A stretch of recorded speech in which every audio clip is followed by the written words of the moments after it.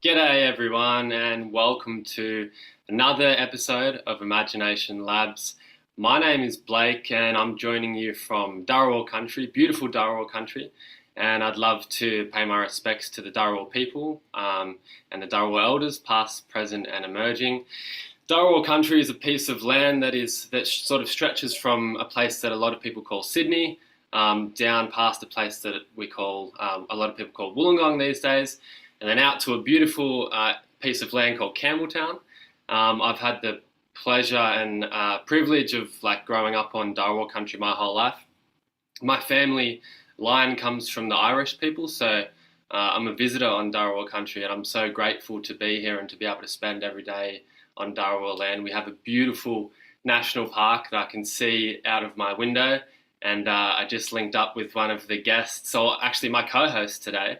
We linked up before the show, and I think we're going to go on a bit of an adventure through that national park sometime in the future and get some wicked drone shots. We have a wicked episode lined up today. I'm really keen to get involved in this conversation. We've got some Aime mentees and some people who have been on the show before as Aime mentees, and then we've got someone from the Australian Electoral Commission and someone from an organisation called New Vote. I'll let all of these people introduce themselves in a second. We're going to have a really, really wicked conversation about democracy and about the upcoming election in Australia.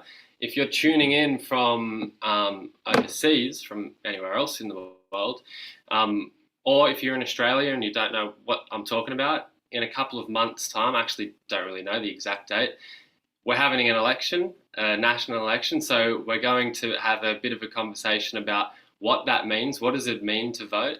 What does democracy mean? And I'm keen to learn from everyone on the panel because I consider myself to be a bit of a novice. I've been voting now this will be my 10th year of voting actually. So yeah, it'll be really cool to learn a little bit from all of our guests. I might throw to my amazing and wonderful co-host, Mus. Mus, can you give us a bit of an introduction to you, bro? And yeah, what do you do? And can you tell us maybe a little bit about the Australian Electoral Commission? Yeah, for sure. Thanks, Blake. Can you all hear me? Yep. Awesome. Yeah. Hello, everyone. My name is Mus Banu. You can all call me Mus as in catching the bus. Sometimes I miss the bus, but I've got my e-scooter to travel to and from work. I work for the Australian Electoral Commission. And but before I talk about that, I'd like to acknowledge that I am on Gadigal country of Eora Nation. And I give my love and respect to the elders past, present, and leaders emerging. And all my mob is from the Torres Strait Islands. I was born, bred up there. And my high school was in Brisbane. I went to a high school by the name of Redcliffe High. And believe it or not, a famous band went to that high school. It was called Bee Gees. And every lunchtime, I would sing their song called Night Fever. Night Fever, Night Fever. But so I left Brisbane, lived in Canberra, worked for the Australian government, but now I'm here with the Australian Electoral Commission. And as an engagement officer, looking at partnering with our Aboriginal organisations and allied organisations to promote electoral awareness and temporary election workforce as well. So just the role of the AEC, Australian Electoral Commission, we maintain an impartial and independent electoral system for eligible voters through active electoral roll management, efficient delivery of polling services, and targeted education and public awareness programs. So that's the role of the AEC, but yeah, I love being on AIM for the first time, and yeah, that's about me, yeah. Wicked, Mus, thank you so much. I hope you don't miss too many buses, but also I might hit you up for your connect for that e-scooter, because yeah, I've seen people scooting around on them in the city and I really want to get one. So yeah. Oh, I've got I've got to plug my laptop in because it's going to die on me and that won't be very good. All right, I'm plugged in. Hey, Mas, are you ready for Yes, the second challenge? I think we've got some beats that are going to drop and we might dance our way through. let's do it. All right, Let's do it. let's do this. Can we have the timer, please, Jacob? Thank you, Jacob. All right, Mas, are you ready? Yes, let's do it. All right. What is your greatest fear? Frogs. On what occasion are you out of your comfort zone? Talking in front of 150 people. Yeah, me too. Public presentation. Yep. What would you like to see humans do more of? Travel on e-scooters. Yeah, me too. Which living person do you most admire? Oh, Kobe Bryant. On what occasion do you value rebelliousness? Ooh. A pass. What is your secret power? Imagination. What's the best question you've ever been asked? What's my favorite chocolate? And last question, what quality do you most value in people?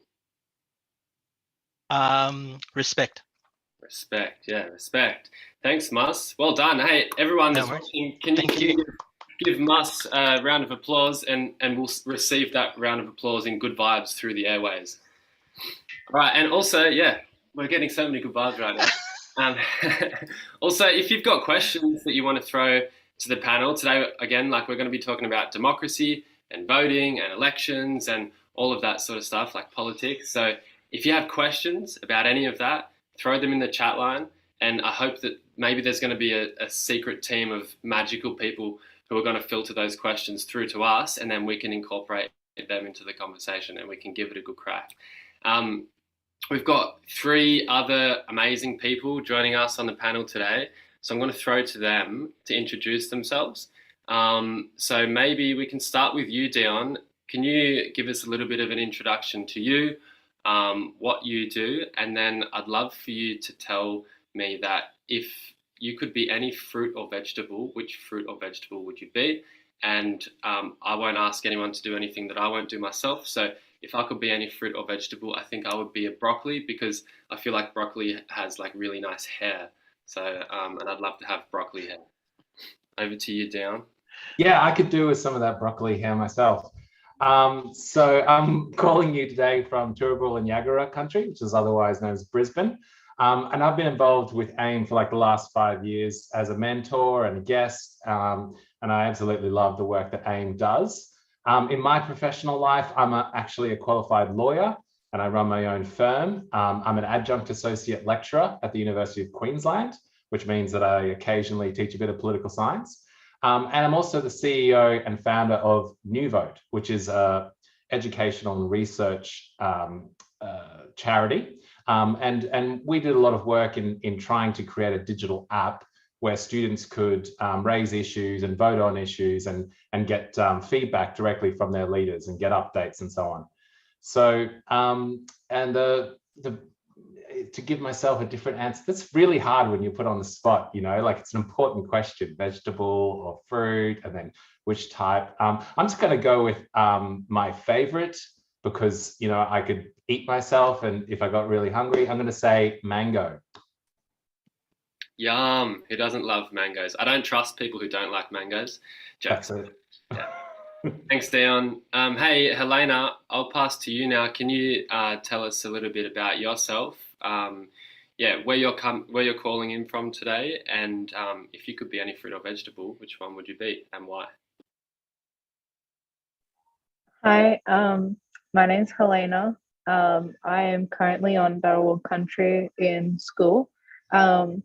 And if I could be a fruit or vegetable, I don't know. That's such a hard decision. I think maybe, sorry, I have a mentee come in. I think, I don't know. Maybe like nashi fruit. I like them. They're good. What was that? They're like it's like a pear mixed with an apple. Oh my gosh, I don't think I've ever had one of them. Okay, They're that's on the really to-do good. list. Cool, awesome. Thank you. I've already learnt something new today. Thank you, Helena. I'm going to pass the microphone all the way over to Andrew now. Andrew, can you please take yourself off mute, and you know the drill? Hi, my name is Andrew, and like Dion, I'm from the Turrbal and Yagara land, which is otherwise known as Queensland. I am a triathlete, and I'm currently going to be participating in the AEC electoral campaign committee. And if I could be any fruit or vegetable, it'd probably be a feijoa fruit, which is native to New Zealand. I tried them, and they like taste like a lolly. Wow, wicked. That's another fruit to try on the to-do list for me. Thank you guys for educating us already so early into the show.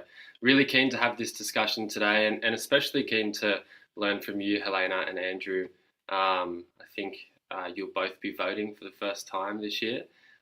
So it would be great to hear like your perspective on what it's like to enter into the voting realm, and whether you think about it or whether you don't think about it very much, whether it all makes sense. So we'll get into some of those questions, and also, Dee, I'm really keen to hear about New Vote and what you do with New Vote. And yeah, from your short summary, it sounds like you have a lot of interests and passions and things that keep you occupied. So I'm keen to for us to learn as well from you and all of your experience. And of course, Mus, all of the work that you do with the AEC. That's why we're here talking today. So yeah, really keen for you to guide the conversation as well and tell us about what's important for us to be thinking about and what's important for the AEC in the lead up to the election. Before we jump into all of that, we're going to go to a quick video. Aime did some work with some Aime mentees recently to talk about what a different kind of election could look like. So yeah, that's the intro. Here's a quick video and then we'll jump into the panel discussion. This speech is for the youth, for all the people wearing Air Jordans taking a shot, for all of you who watched The Fresh Prince of Bel-Air or played Super Mario Brothers on the Nintendo. This speech is for the dreamers, for our everyday heroes who never get that pat on the back, for our mothers who nurture us and take us to school, for our fathers who work 3 jobs to provide for our family, for that kid without a house, dreaming of a better tomorrow, for that kid that not only dreams but brings it to life. This speech is for you. This speech is also for those who are afraid to dream, for the kid who's afraid of kicking the winning goal, for the kid afraid of being who he is, for the kid who hasn't got the courage to stand up for what is right, for the kid at the back of the class afraid to put his hand up. The only thing stopping you is yourself. This speech is for you. This is our moment. No matter how tough the challenge, no matter how high the mountain or how large the obstacle, we can overcome. We will overcome. This speech is for you. This speech is for me. To the young people of today, to those who live with doubts, question themselves, become a dreamer. Join us. Let's rise to this occasion. Let's search for greatness, because greatness starts from within. So, if you dare to dream, I will stand with you.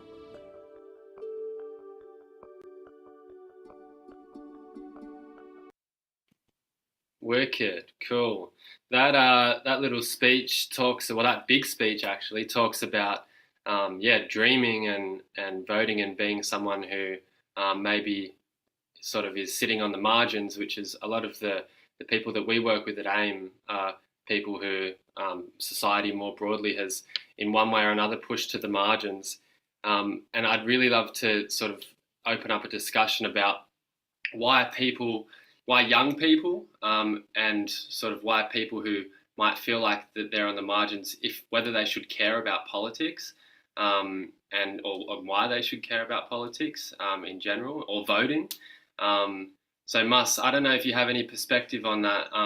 Obviously the AEC does a lot of work to involve young people, new voters, and get new voters in the democratic process. Yeah, do you have any opinion or perspective on like why should young people be involved in voting and in that process? Yep. Thanks, Blake.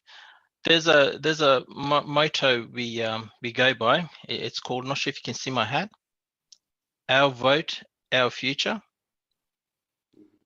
So our vote, our future. So I guess from young people out there, there's some families who are into politics, and there are some other families who's not into politics. So what they can do is go to their local library or go onto a website and just to teach themselves on what politics is and why they need to vote. And the purpose behind it is whatever decisions we make, it affects our lives, whether it be health, employment, education.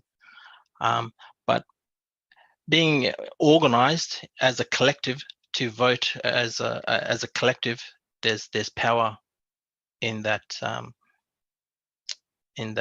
voting system.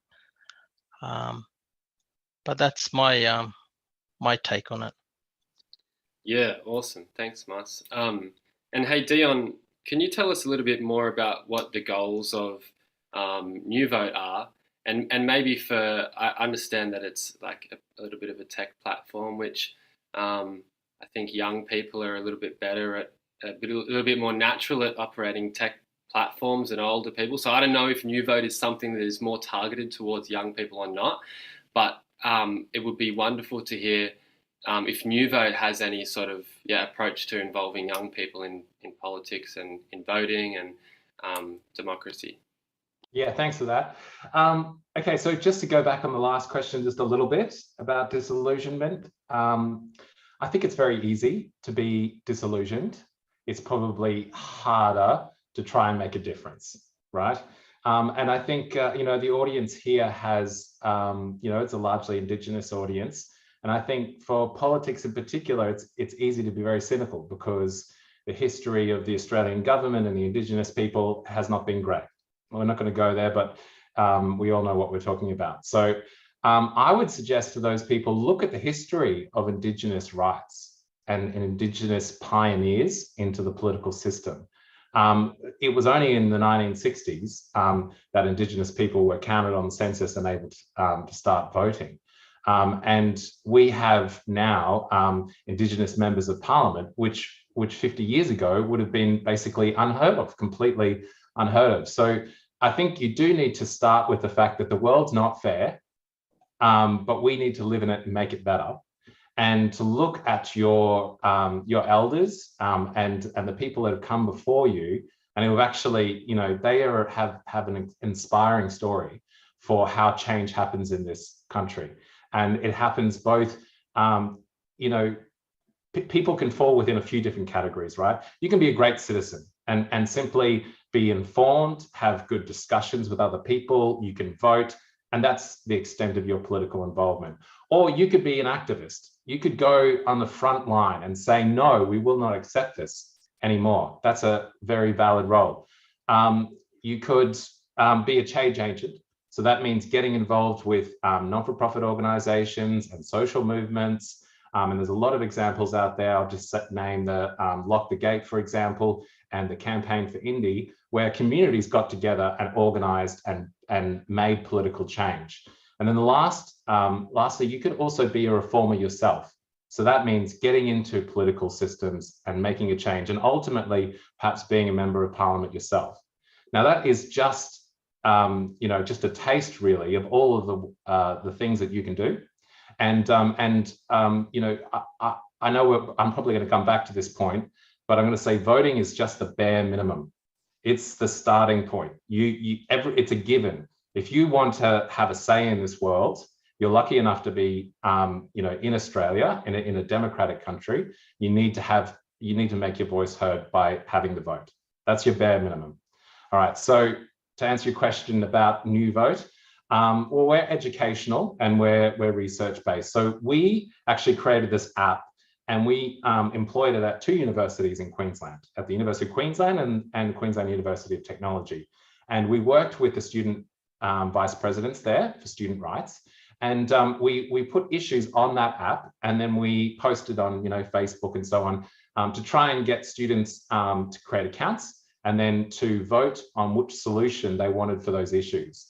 And then we also had extra information on that site, so you could learn about that issue, and students themselves could add their own solutions.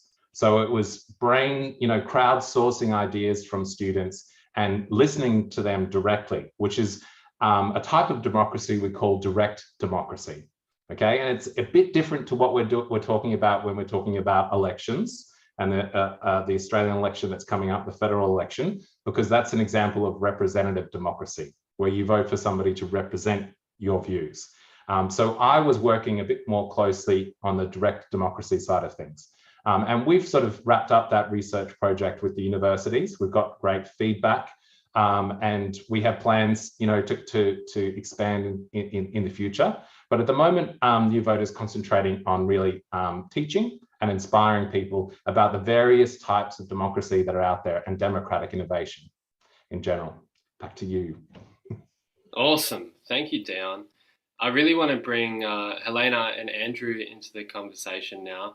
Both of you, I think this is your first time voting. So I'm really keen to understand just generally, what are your thoughts on like being involved finally after 18 years of being, a citizen in Australia?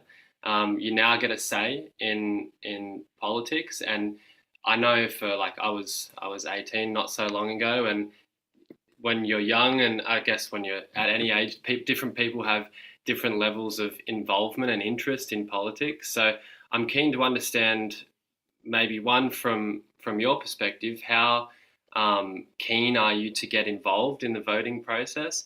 And can you also give us an idea of, in your friend group, is it something that people think is important? So yeah, Andrew? Just to continue on from before, with the slogan for the AEC, I feel like it couldn't be more accurate. Like, when I was a kid, I always dreamed of having some sort of superpower, as most kids do, right? And I just feel like this gives me the power to change the future of the world I live in. So after 18 years, finally having that superpower I thought of as a kid, like, come into my hands, even being just a slight minority, it feels amazing. And I mean, my friends don't really see it that way. They don't really care much for politics, but I've always been that sort of kid since I was young. I mean, like Jaden Smith, if you know him, he used to think about politics when he was younger as well. And it's just how I feel on the same page.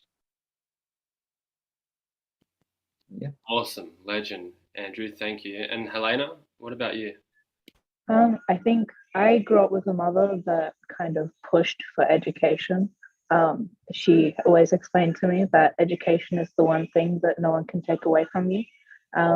So for myself, having the right to vote, being able to have that privilege is something that was brought on and taught to me, being able to be educated about the society you live in and the people around you is such an importance. So for myself, it is so important to be able to be educated and be able to know about your country and everything to do with the involvement you can play in changing the course of our history and our futures. I would think for my friend groups, I am in a very forward-thinking friend group. I think we have a very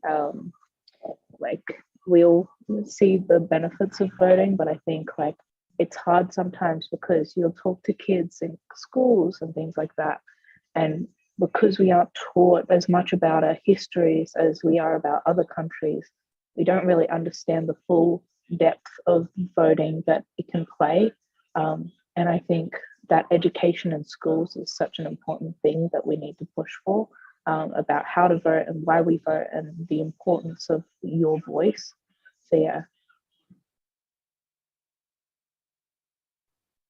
Thanks, Helena and Andrew. I've got a question. Not sure if I can talk about the temporary election workforce, about the jobs. I think Brendan got in touch with you both. What's that? Oh, I think Brendan got in touch with you. Now, is there any feedback from you both from a youth point of view where AEC can do better in advertising towards our youth on these temporary election workforce that you both applied for? Go for Andrew. Having a look at what the stereotypical teenager or younger adult is more into. It's more like the advertisements on the social media platforms, on Facebook, Instagrams, Snapchat, even those stories. So like targeting your audience towards the younger members is more so attacking the social media for influence, or going through and going word of mouth with like pamphlets out. That's another way, like going to like, for my area, it's Grand Plaza. That's a major shopping center people go to.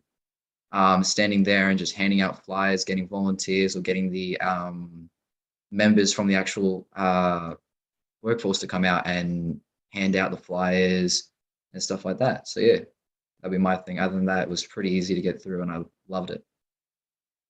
Awesome.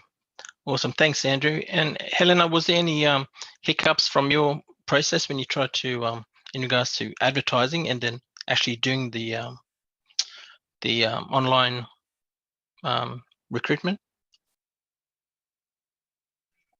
Yeah, I think schooling, I think in schools, we're not really, like, as much as we are taught, we're not really taught on the process and like how you don't have to vote for one party. You can vote, and there's like a level for each party. And I think I only figured out that this year because I was going into voting and I was being educated by my mom and kind of my family. And it's like, because voting and who you vote for is a massive thing in our family, because we all very much believe in like that whole, you have a choice and your voice matters. But I think for other kids, sometimes we're not taught that in schools, and we're not taught really, like you're taught, don't vote for the Greens because it won't matter as much, or there are all those types of things that we're not taught about, like swing voting and things like that.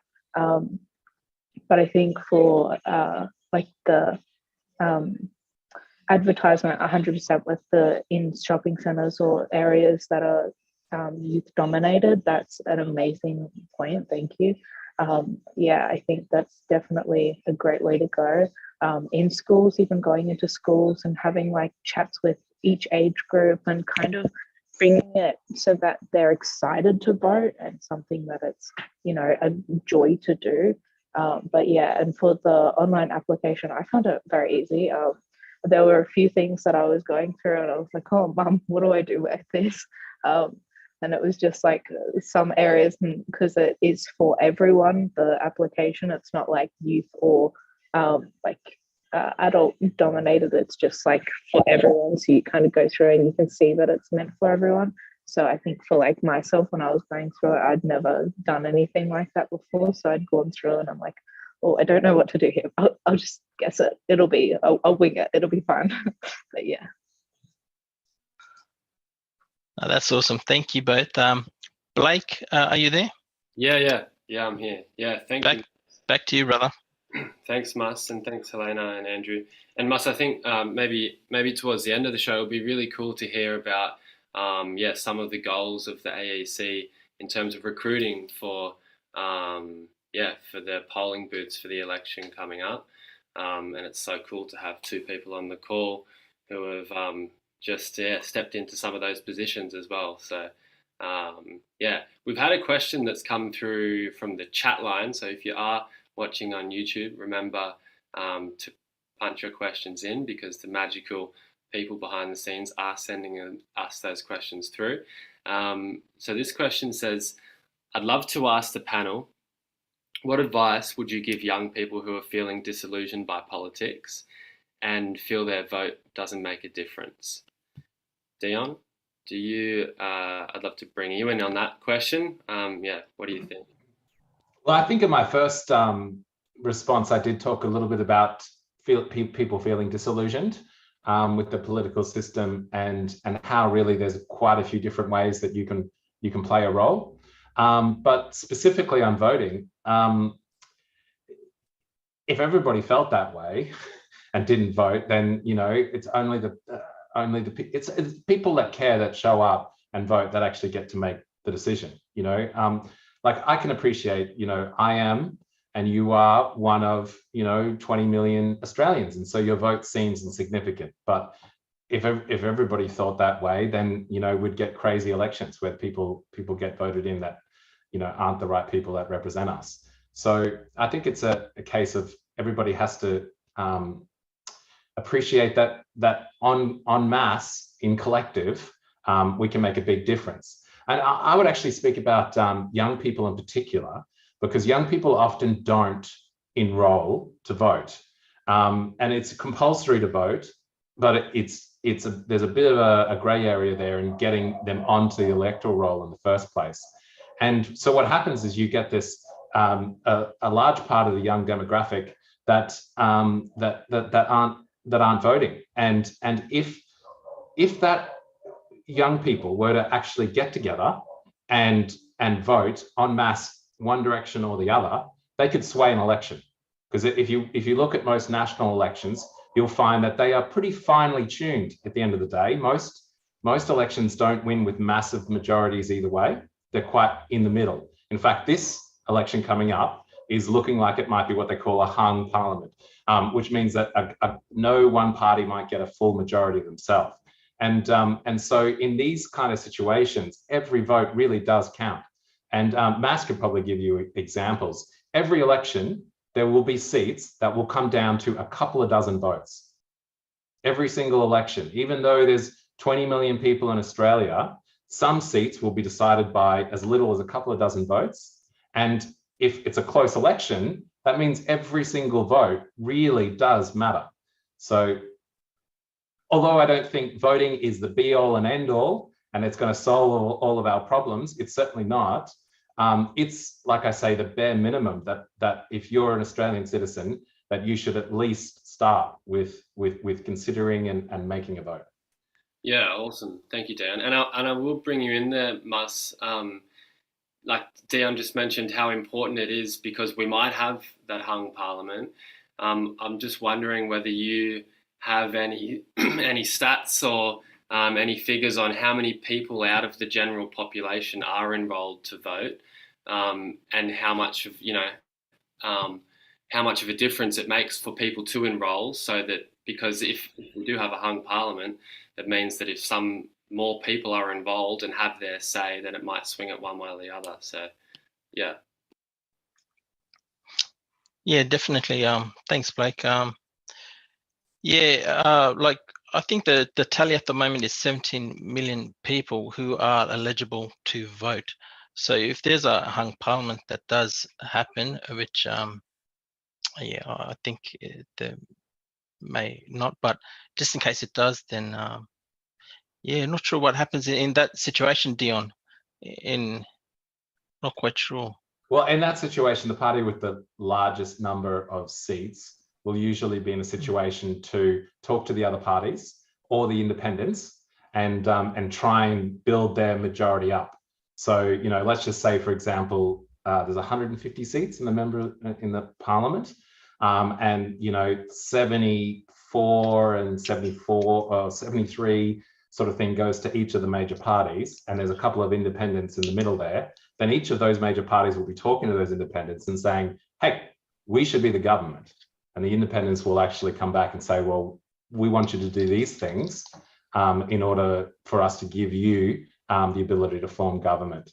And so, I was really just using that as an example that, that the votes aren't a foregone conclusion, that you can get these really close contests and that every vote matters. Awesome. Thank you, Mus, and thank you, Dan.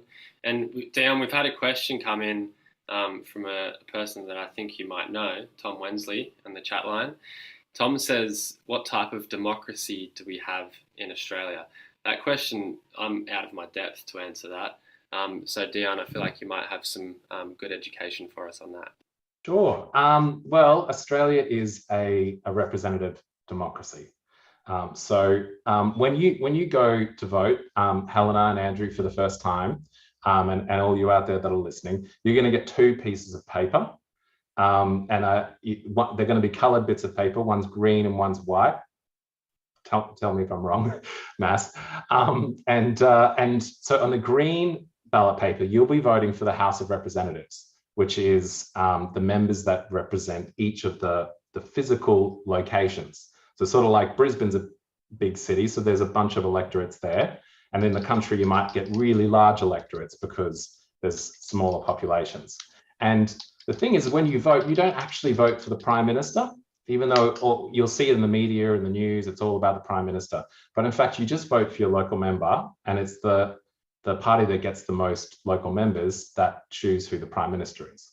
And then the other ballot paper you're going to get is for the Senate, which is the second chamber of Parliament. So there's sort of two chambers that sort of work together. Both chambers have to pass something in order for that to become a law. And the Senate is more based on the proportion of the state populations that vote for the parties. And so representative democracy is pretty standard throughout the democratic world, because, you know, if you think about the history of you know, politics, that people can't necessarily all join together and have conversations and make decisions, you know, as a mass, because we're all spread out in different cities and different places. And so we needed a place to house our decision makers. We needed to send representatives from where we are in the far outreaches of Australia to one central place to make decisions for us. I think what's interesting is that representative democracy is not the only type of democracy in the world. And I think this is something that can help, you know, inspire people about democracy, because we don't just sit with the system that we have. We also have the possibility to improve the systems that we have. So let me just contrast representative democracy with two different types of democracy, okay? So direct democracy, I've already spoken to a little bit. That's where you get to decide issues for yourself. And there are countries in the world, for example, Switzerland is the home of direct democracy. And anybody who's interested in direct democracy should Google Switzerland direct democracy and learn about it, because they will vote 4 times a year, and they'll vote on local issues, state issues, and federal issues. And their vote is law, what they vote for. And people are able to collect signatures, and if they get enough signatures, they're able to get a question asked of the entire population. So that's, you know, a real powerful thing for citizens to have. The other thing about Switzerland is that if a law is passed and the people don't like it, they can collect signatures and have that law reversed. So the people really do have the power there. That's direct democracy. And we do practice that in Australia sometimes. So some of you might remember that there was a same-sex marriage postal plebiscite a few years ago, and everybody got the right to have their say on that issue. And we've also had in the past, you know, referenda, and that, you know, some critical referendums, which have allowed the constitution to actually be changed. And that can only change with a majority of the people of Australia voting for it, as well as a majority in a majority of states. So it's quite a high threshold. Very, very seldom do referendums actually pass, which is a nice thing about the 1967 election that allowed Indigenous people the right to vote, because we've got a 90% vote, which is kind of, it's a little bit like comforting that even in the 60s, you know, the vast majority of Australians believed that Indigenous people had a role and a place in Australian society. So that's direct democracy. And if I can appeal for just 2 more minutes, I want to tell you about another form of democracy, which is called deliberative democracy. And that's sort of what it sounds like, to deliberate, to think about things, to look at the pros and the cons, to weigh them, and then to make an informed decision on the outcome. Now, the best way to give you an example of how this works is what's called a citizens' assembly or a citizens' jury. And actually what they do is they randomly select people from the crowd, from the audience, from the electorate, and they demographically represent them. So it's the right number of males and females and socioeconomic status and so on. And so you get this mini public, a mini version of what the real world looked like. And they might spend weekends or a couple of weeks or even a couple of months meeting together, learning from experts, having discussions, and coming out with conclusions. And they might have their own vote, or they might just present a report. And these citizen juries have an incredible effect, because the general population looks at them and go, well, that could be me. You know, they're just randomly selected people.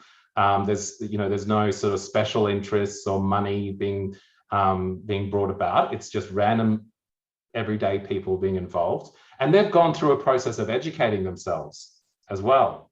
So that's really different from the sort of polls that we might get used to, where you get called up and you just give an answer to someone on the phone, which you haven't had a time to think about. This is actually, what would a group of people randomly selected but demographically representative say on an issue if they had the time and the space to learn about it, discuss it, and come to a considered conclusion. And there have been citizen juries here in Australia. They're not so popular yet, but they're a growing force around the world, particularly in Europe at the moment. And there are even jurisdictions in the world. There's one called Oregon, it's a state in the United States, that combines these two things together. Three things, if you include representative democracy. So they have representatives that they vote for. They are able to collect signatures and put issues up for a vote for all citizens. And some of those issues go through a citizen jury model where every person in the state is sent a piece of information. It's actually only just one A4 sheet of paper. And it says what the issues are that they considered, the facts as they see them, the pros, the cons, and a small vote of that citizen jury on what they think, whether the law should pass or not. So these are democratic innovations, and I want to see more of them in the world and in Australia. And I'm talking about them now because I want you to be inspired and to think about this, because I don't want you to feel as though we've just got one vote and that's the system, it's stuck, and that's all it'll ever be. It's great that we have a vote, but let's think about what else we can do as citizens to make Australia even better. Wow, wicked. Thank you so much, Dion. That was a wonderful little crash course in all of the variations that, democracy can take. Round of applause. Thank you, Dion. Hey, we've had a question. Hey, Andrew, you've got a question that you just put in the chat for the rest of the panel. Did you want to take yourself off mute, bro, and just, read your question out for the panel? So my question was based on how we were talking about voting and how confusing it can be. And I just want to hear the perspectives of people who have voted in the past about how the growth of voting has come to make it easier, harder, or if there's any difference at all, and what it was like for your first time voting. Thanks, Andrew. I'll from my experience, if I can give the stats, back in 2017, 96% of Australians, they're enrolled to vote, and 75%, this is back in 2017, 75% Aboriginal and Torres Strait Islander people were enrolled to vote. But slowly there's been 1% increase each year, 2018, 2019, 2022, as of this year, it's 80%. So 75 to 80%. So that's an increase of 1% each year. Now, the reason of that was because AEC got into partnership with community organisations to do the education to our Aboriginal organisation community around Australia to why we need to vote, enrol to vote, and participate in this election process. So we're 80% as of today, and hopefully after this will be 85%. So even though there's still that small gap, but we're trying our best to partnership with our Aboriginal organisations out there to promote the message of vote, why it's important to vote. But in regards to my personal experience, when I started voting, I did not vote when I was 18. I was not enrolled because politics was not in our family environment. So I think I first started voting when I was 25. So I enrolled to vote, and then I started voting at the age of 25. But yeah, that's my experience. Not sure about our other panelists out there. Well, that's me and Blake, isn't it? Blake, what was your first voting experience? I've always voted at the same place. I've always voted at my local primary school, which I think there was a primary school that I went to when I was a kid. And I think just that simple thing also helped because it was in my community and it was familiar, and it was definitely weird walking into this place and having these people holding these signs and like telling you, what to vote for, and I was 18 and didn't really know too much about like the policies of each party, but I kind of had an understanding of the values of the Liberal Party and the Labor Party, and I think that generally I've made my decision based off more of a values piece rather than an understanding of the policies.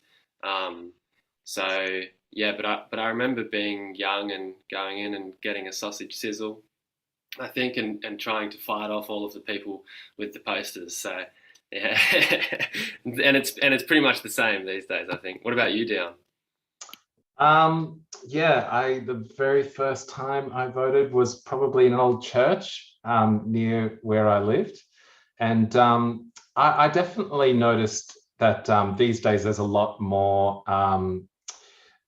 election party people at the polling stations, and there's a lot more, signage and so on. It feels quite like a very foreign kind of thing to do, because it's like no other day of your life.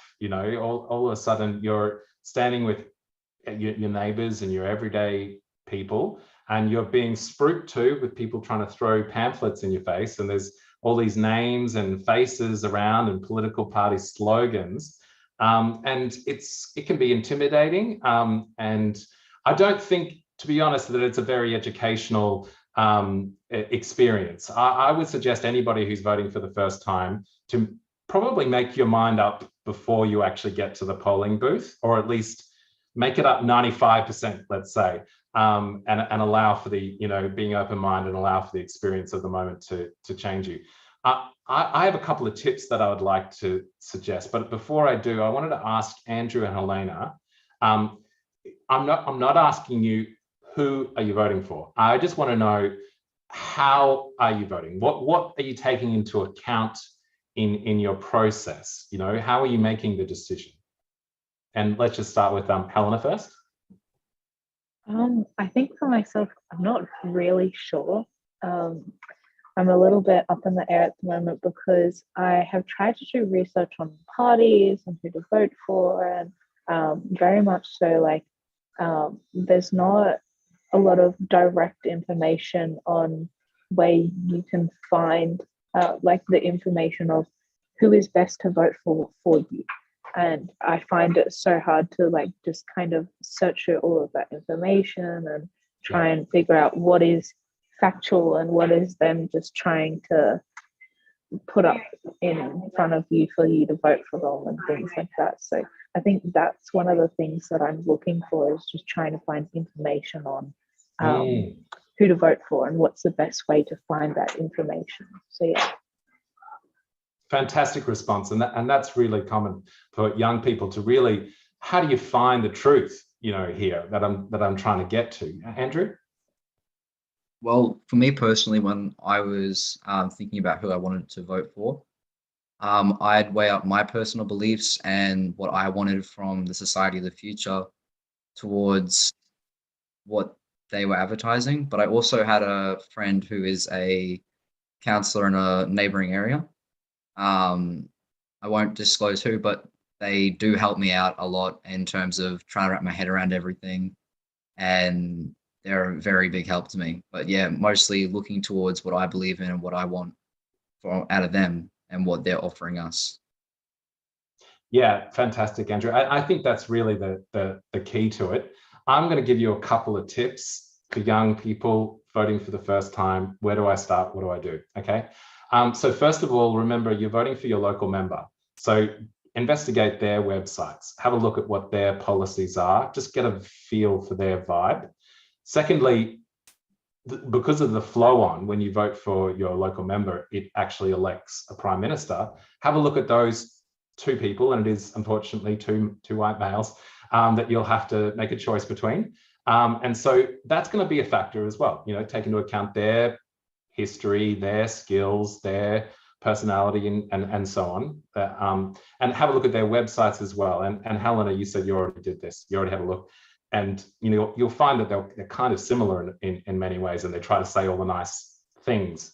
I would, if I could just refer you to one thing, and it's the only brand I'll mention today, it's the ABC Vote Compass tool. So if you go to the ABC Vote Compass, you can put in there, it'll ask you a bunch of questions about different issues. And of course, you might not be fully informed on all those issues, but you can give a pretty good guess of what your answer is for each one of those, and it will actually come up with essentially the recommendation as to which party best reflects your views. So I think that's a really powerful tool, and you might not 100% just follow that. You might also want to put that layer of, values and vibe.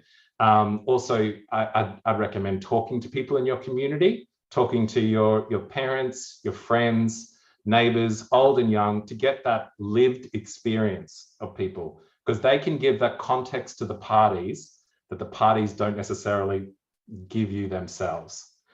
So those would be my tips. Looking at the local members, looking at who the choice of Prime Minister will eventually be, looking at the party websites and getting their vibes, comparing the policies with the help of the ABC Vote Compass. And I think there will be a few other ones out there. You can compare the comparison sites if you really want to.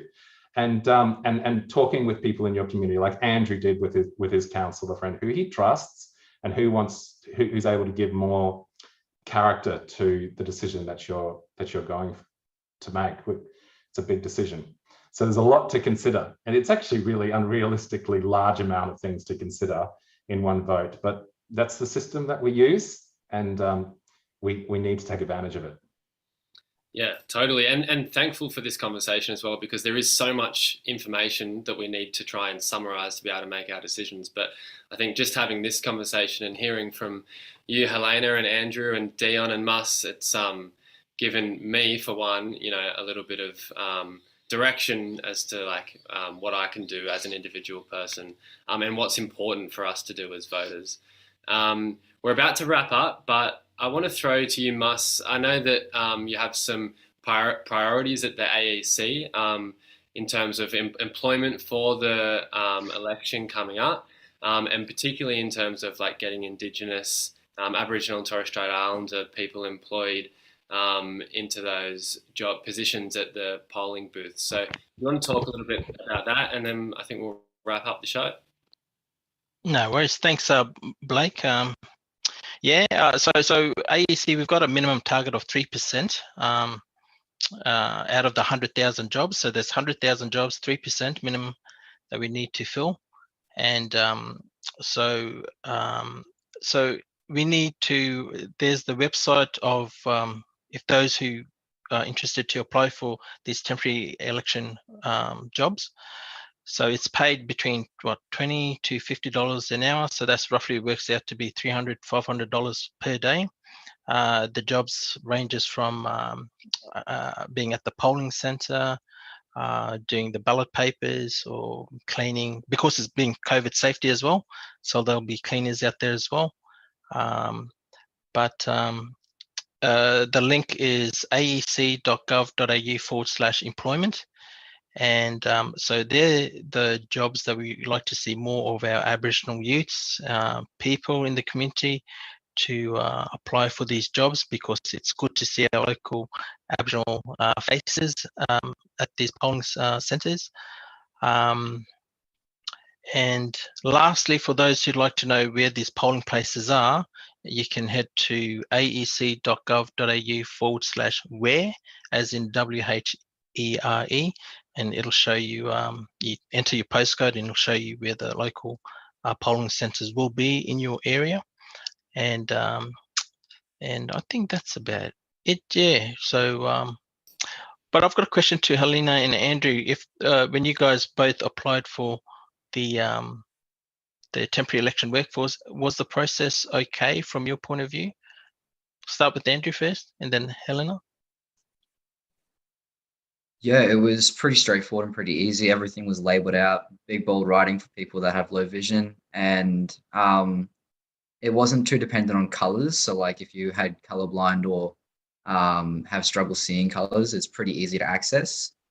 Looking into stuff like that, it's an amazing opportunity to go through. And on top of that, with the AEC/where, with that one, when you're applying for the actual positions, they do offer you a search tab, which you can put your postcode in or a local area around, and it will come up then and show you the polling areas, and you can apply for those individual polling areas that suit you to your area as an interest. Awesome. Thank you. Helena? Yeah, pretty much the same. It was really easy to get through. Some of the questions were a bit like different, so I had to like Google some of them and ask mum for help with some of them. But other than that, it was pretty good. I got through it. I ended up getting a job, so it's great. Yeah. Awesome. Excellent. Can I please say that congratulations to Helena and Andrew. They've both been recruited, so good on you guys. Much appreciated. Welcome on board. But I'll hand it over to Blake. Yeah, awesome. Thanks, Mas, and congrats again, Helena and Andrew. And I think that our team is going to pop the links for the AEC website and where young people can apply and where young Aboriginal and Torres Strait Islander people can apply for those positions for election day. They've been put in the description or in the chat in YouTube. So yeah, if you're an Aime mentee and just like Helena and Andrew and you're thinking about it, then it sounds like it's definitely something that's worth your while. So jump on those links and check it out. And with that, we're going to wrap up the show. So thank you so much, Dion. Thank you, Mas, you legend. Thank you, Helena, you champion. Thank you, Andrew, you absolute legend. It's been a wicked conversation. I really appreciated and learnt a lot. And yeah, I'm a little bit more excited now about voting. So that's cool. Yeah. So thanks, everyone, and good luck in the lead up to Election Day. Thanks, everybody. Good Thanks, luck. everyone. Bye. See you later. Thank you.